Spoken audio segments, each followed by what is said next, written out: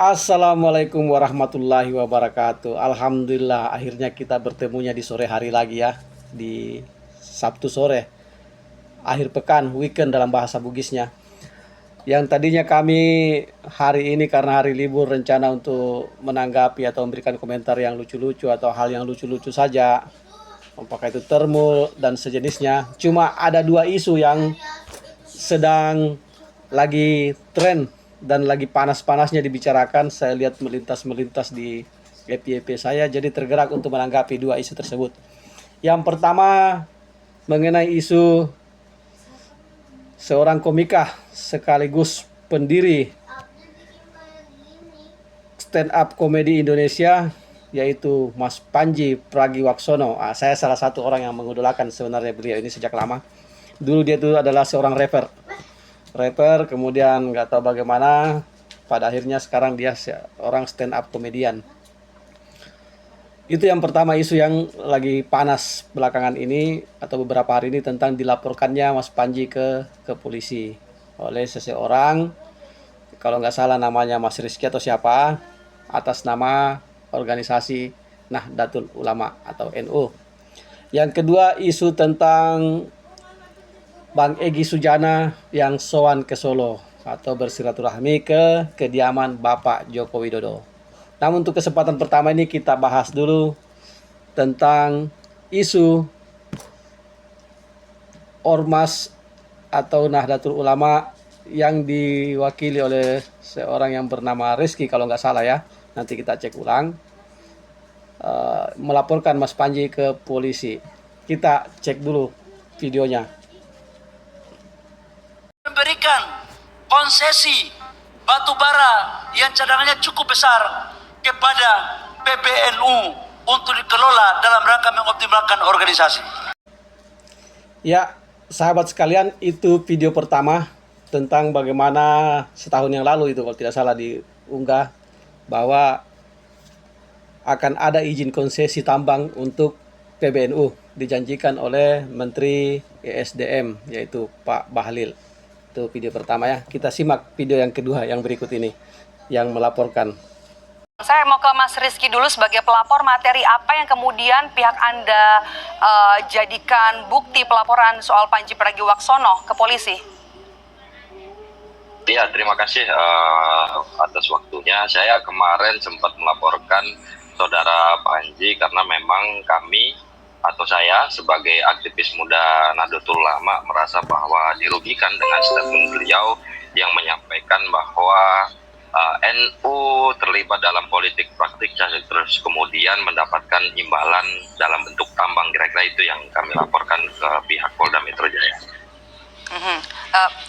Apanya? Materi yang bagian mana, Mas Rizky? Bahwa jelas dia menyampaikan, Panji, sahabat saudara Panji menyampaikan bahwa politik balas budi yang diberikan oleh NU dan Muhammadiyah dalam bentuk tambang. Nah itu. Ya, sahabat sekalian, kita sudah menyimak dua potongan video. Yang pertama videonya Pak Bahlil selaku Menteri ISDM yang mengkonfirmasi akan menerbitkan surat izin konsesi atau IUP ya, kalau dalam bahasa pertambangannya IUP, izin usaha pertambangan. Kebetulan saya lama menggeluti hal itu, hal tambang menambang. Jadi wajar kalau saya berbicara seperti ini. Entah itu sudah terbit atau belum, namun di beberapa media online boleh teman-teman browsing juga bahwa memang isu tersebut diaminkan oleh pengurus PBNU pusat. Dan saya secara pribadi bersyukur, alhamdulillah, jika PBNU diberikan kesempatan untuk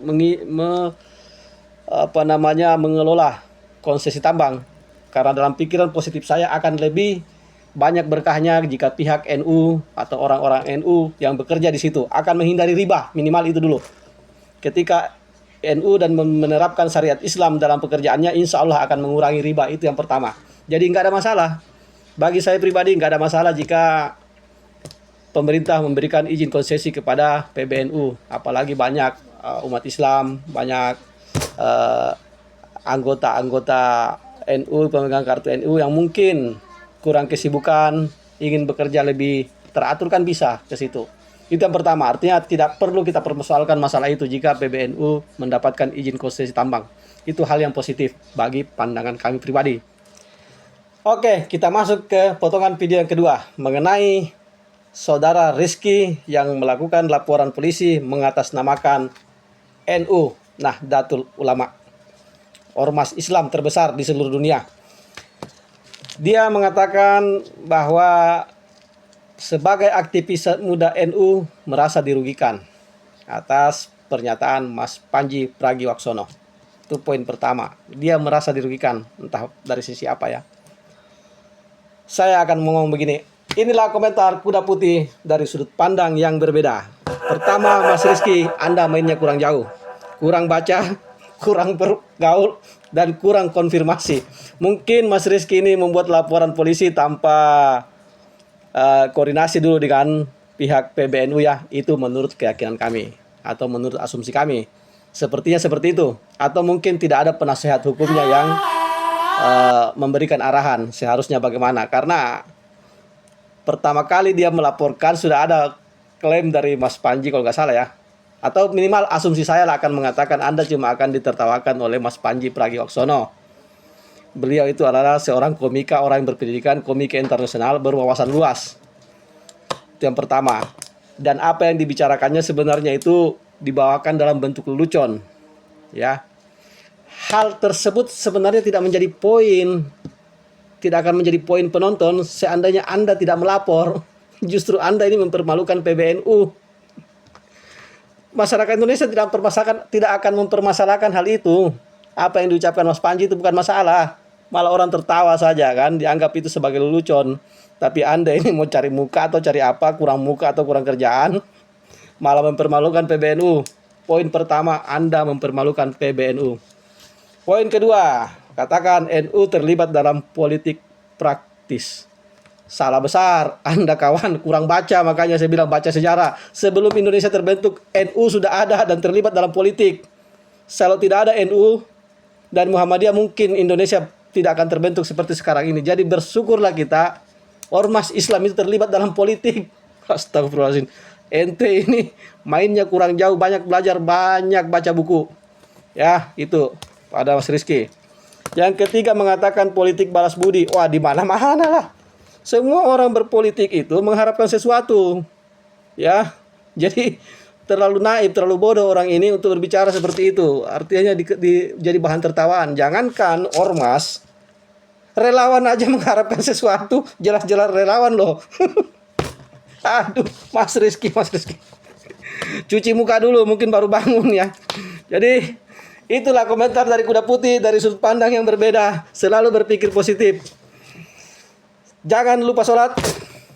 Itu harus dilaksanakan ya Rizky. Oh ya, terutama kepada Mas Rizky. Sebagai sesama umat muslim, sebaiknya Anda ambil air wudhu yang benar, lalu dirikan sholat. Kalau belum masuk tuh sholat sunnah aja dulu. Oke. Tetap semangat, jangan susah, maju terus pantang sedih sampai tahun penghabisan.